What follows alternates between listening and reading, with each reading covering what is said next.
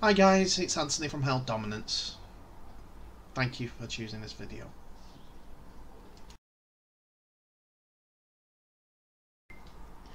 So this video is not rugby league. I'm going to say that. And it's all about the incident yesterday. My thoughts on it all.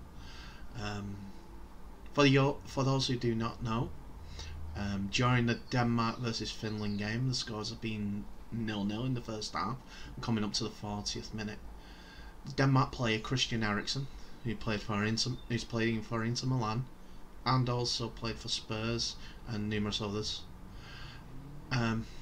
collapsed on the pitch and was immediately rushed to medical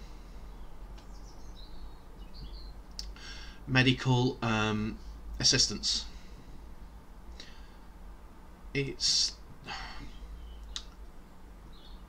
I'm recording this video barely 2 hours from the actual incident, and I am publishing it on the next day because you'll get my true thoughts. Christian Eriksen was being defibrillated on the pitch. The pictures on the screen were showing it. He was bagged, and a wonderful, wonderful effort by the medical people have got Christian Eriksen stable. He's talking and he's breathing right now. You'll have to excuse me looking that direction because the players are back on the pitch. They're smiling, they're hugging, they're relief, and they're coming back to play the game again. Finish off the game.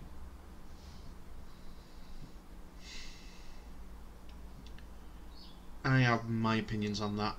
As the pictures are showing people in the right frame of mind to play it and those not to play it, but they're going ahead to warm up.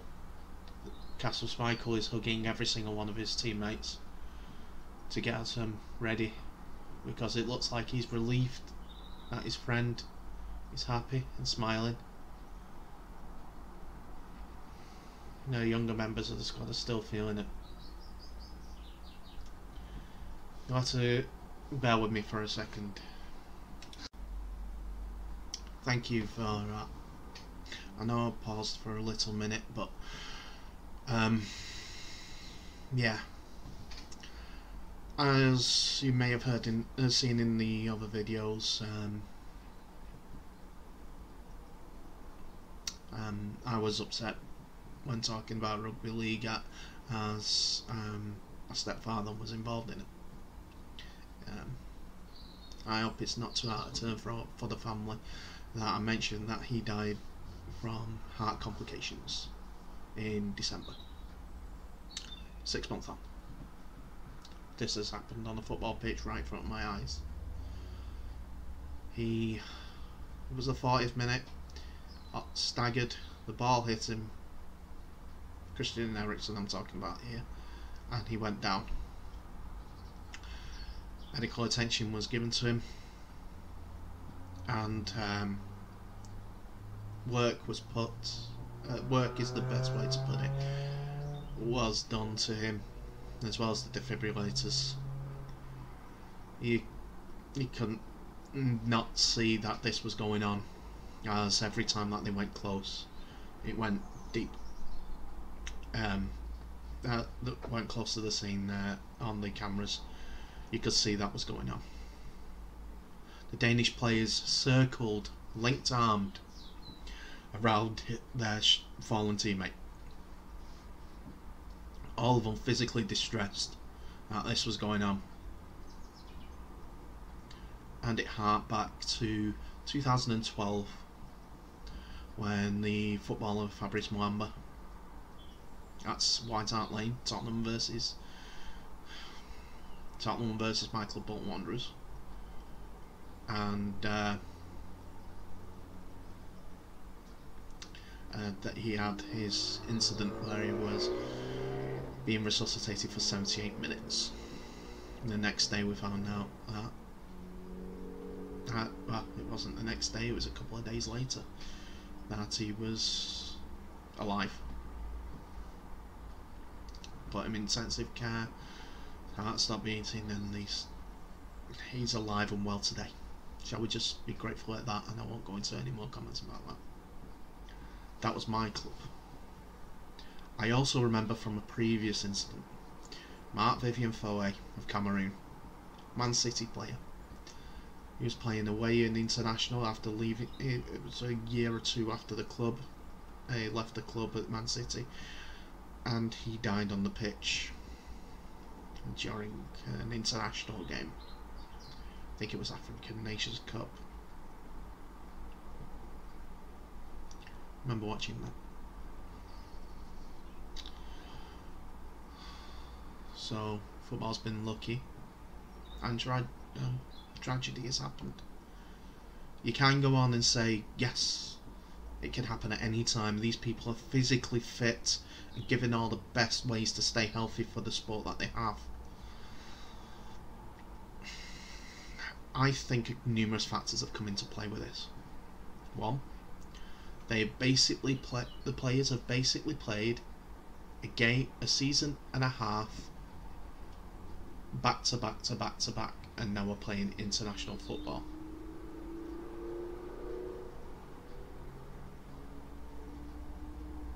Just watching Højbjerg there, he still had his wedding ring on, and they're about to start the game again, and he gave that wedding ring a kiss. Yeah, his thoughts with the family at this moment. They came out to warm up again because the announcement was the game was going to go ahead after this shocking incident. And my thoughts are, what the blinking hell are they doing? I won't say what the exact words were, but they were not gracious. They were not.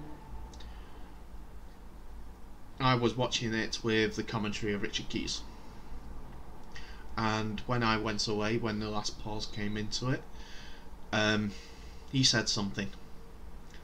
This should have been taken out of the hands of the players. They're going to play 50 minutes of a game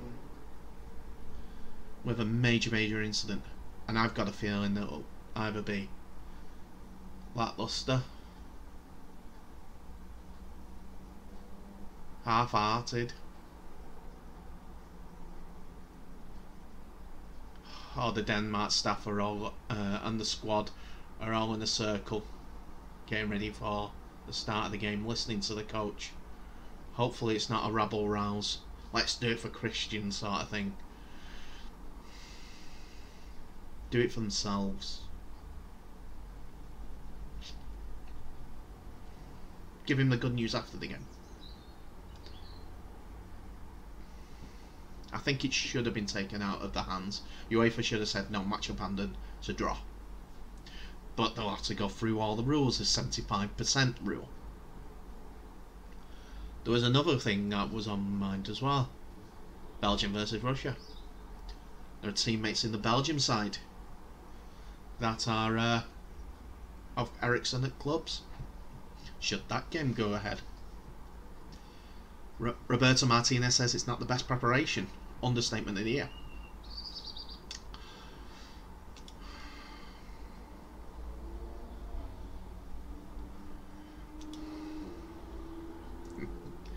I have having discussions with a guy that I speak to on Twitter. It's a good lad, and if he's watching this, I'm glad we had this discussion, and I hope you understand where my point of view is. The comment, don't worry about it. It was funny. It was funny. Anyway, that's my thoughts on it.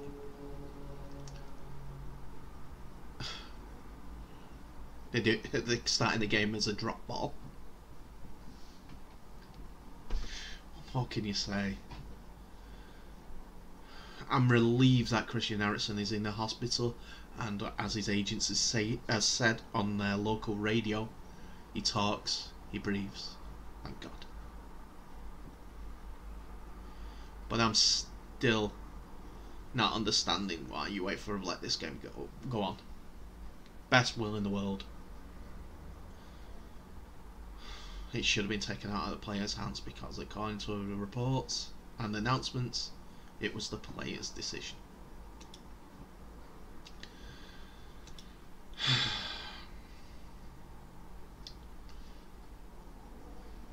I was going to talk about scores and about Dom Young in the rugby league and Dom Young's try and Raiders getting back onto form and that opening try for Cass from Jason KK, because that was a wonder try and I posted it on my Facebook page. But this took precedent. We're all with Denmark. We're all with Christian Eriksen at this point. But I can't pick between the two sides. I'm sorry, I'm not with Denmark, I'm afraid, because my Bolton Wanderers connections have put pay to making a decision on that, whether it's the Danish contingent or Jussi Jääskeläinen for Finland. I can't pick. I can't pick.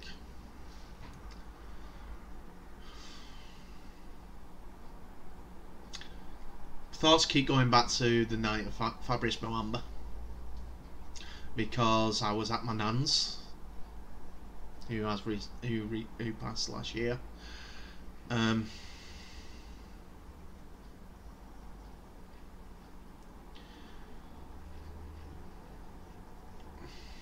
As I was speaking to someone on Twitter at the time, well, Facebook at the time actually, you know who are, Jamie. Just said your name. As I have been part of the matchday ground staff crew, could I have handled the situation at Bolton Wanderers, that is, could I have handled the situation if the incident happened at the University of Bolton Stadium? I'd like to hope so, but I was unsure. Anyway, I'm glad I had those conversations with people. I'm glad I'm having conversations about different aspects and reading all the positive comments and all the good things that are coming back through it. All that I can say in this last part before I finish the video is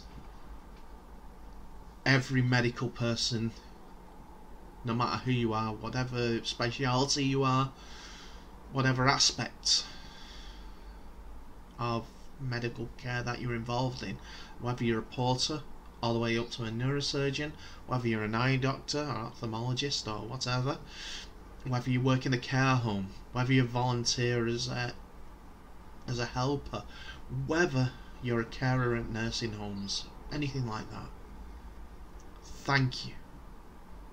Thank you so much for everything that you do,